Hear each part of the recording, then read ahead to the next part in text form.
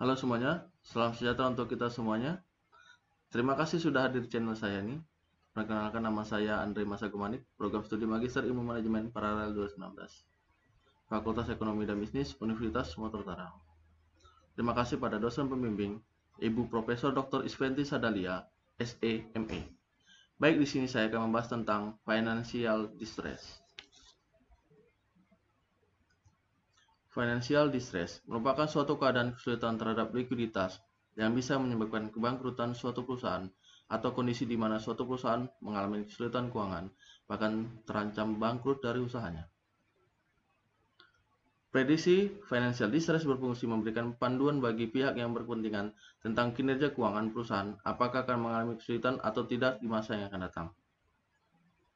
Beberapa model prediksi yang telah dikembangkan untuk menjadi alat prediksi kondisi financial distress diantaranya adalah analisis J-score model Altman pertama, model Altman revisi, model Altman modifikasi, yang kedua model James-Wesky, yang ketiga model Springate, dan model-model lainnya.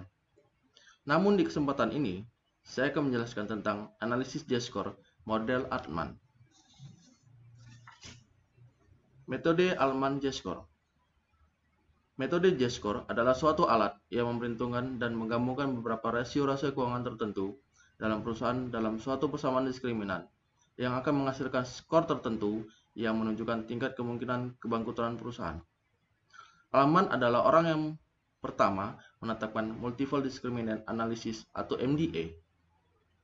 J-score mampu memprediksi potensi kebangkrutan suatu perusahaan secara kontinu dan bersifat umum. Dalam perkembangannya, model prediksi Altman J-score mengalami berbagai perubahan, yaitu model Altman pertama tahun 1968. Altman menggunakan 22 rasio dalam pengujiannya untuk memilih rasio mana saja yang akan digunakan dalam membuat model. Dari 22 rasio tersebut, terpilih 5 rasio atau rasio yang digunakan dalam model ini. Kita lihat, yaitu J-score sama dengan 1,2 X1 tambah 1,4 X2 tambah 3,3 X3 tambah 0,6 X4 tambah 0,999 X5. Keterangannya, X1 sebagai working capital atau total asset, X2 sebagai retained earning atau total asset, X3 sebagai earning before interest and tax atau total asset, X4 market value of equity atau book value of total debt, X5 sales atau total asset.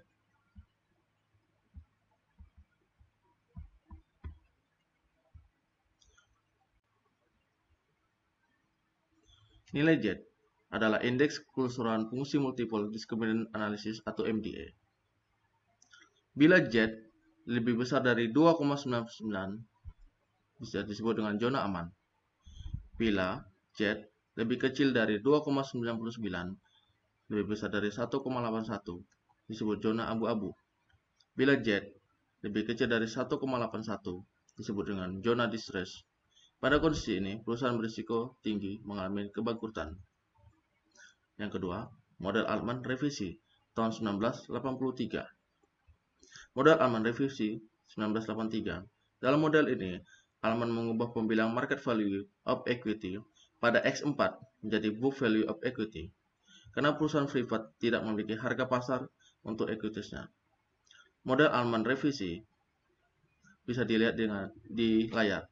J-score sama dengan 0,717 X1 tambah 0,847 X2 tambah 3,108 X3 tambah 0,42 X4 tambah 0,988 X5. Keterangannya bisa dilihat di layar.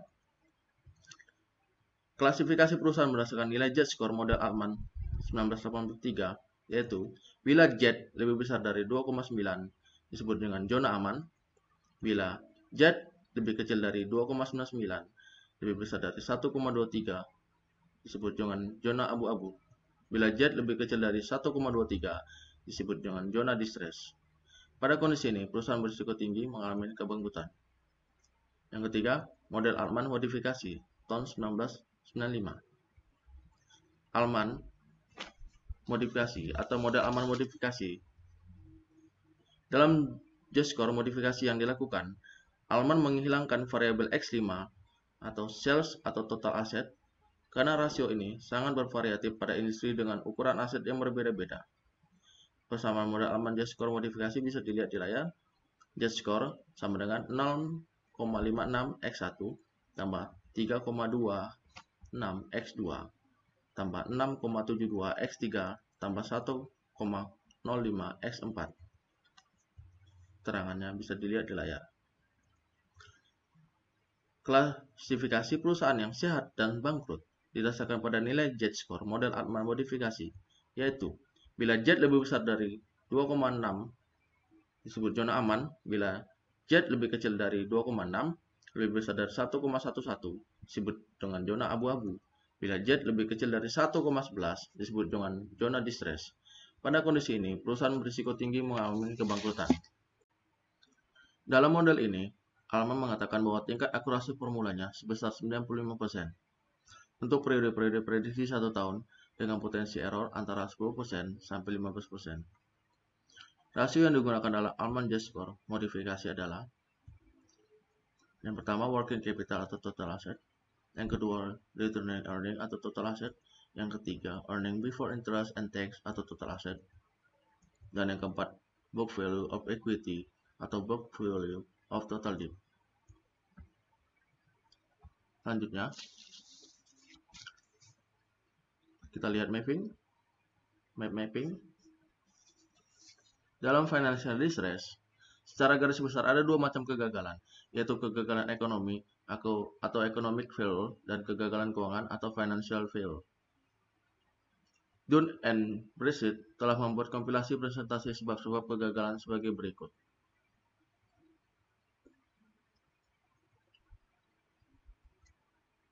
Penyebab financial distress.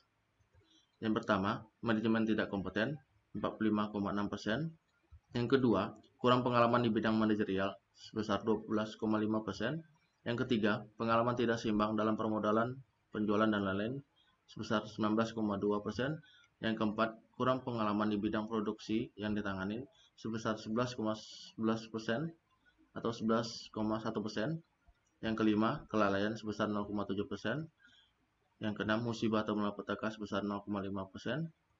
Yang ketujuh, penipuan sebesar 0,3%, yang ke-8 atau yang lain alasan tidak diketahui sebesar 10,1%.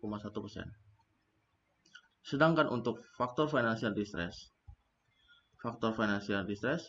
yang pertama ketidakpastian perekonomian suatu negara, yang kedua naiknya turunnya indeks harga saham gabungan, yang ketiga tingkat inflasi yang tinggi, dan yang keempat adalah fluktuasi nilai tukar. Selanjutnya saya mengambil sebuah jurnal yang berjudul Impact of Corporate Governance on the Likelihood of Financial Distress, Evidence from Non-Financial Firms of Pakistan. Bisa dilihat.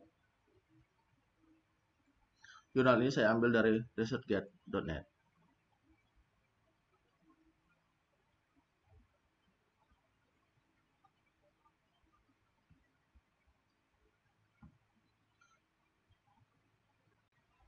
Review Jurnal. Judul jurnal Impact of Corporate Governance on the Likelihood of Financial Distress, Evidence from Non-Financial Firms of Pakistan. Nama jurnal Pacific Business Review International, ResearchGate. Volume halaman tahun volume 11 isu, garis miring 134149, garis miring 2018. Penulis Muhammad Kasib Khurshid, Hajur Muhammad Sabir, dan Sabdar Hussein Tahir. URL terlampir. Summary. Prediksi kesulitan keuangan memainkan peran yang sangat penting untuk bertahan hidup dan pertumbuhan jangka panjang perusahaan dalam lingkungan global yang kompetitif. Pemulihan dari kesulitan keuangan dapat melindungi perusahaan dari kebangkrutan. Di baru-baru ini, Pakistan juga menyaksikan banyak kasus kebangkrutan disebabkan oleh kesulitan keuangan. Ini juga dapat dibuktikan dari banyak kasus akuisisi, merger, restrukturisasi keuangan, dan delisting untuk perusahaan dari Bursa Efek Pakistan. Penelitian ini adalah upaya untuk meneliti peran tata kelola perusahaan dalam deteksi kesulitan keuangan. Financial distress diukur dengan menggunakan ukuran terkenal yaitu Score Emerging Market atau IMS yang merupakan versi terbaru dari Alman J Score untuk pengukuran keuangan atau kesulitan keuangan. Sampel yang diambil sebanyak 164 perusahaan dikumpulkan selama 8 tahun dari tahun 2009 sampai 2016 dengan total skor 1312 pengamatan tegas.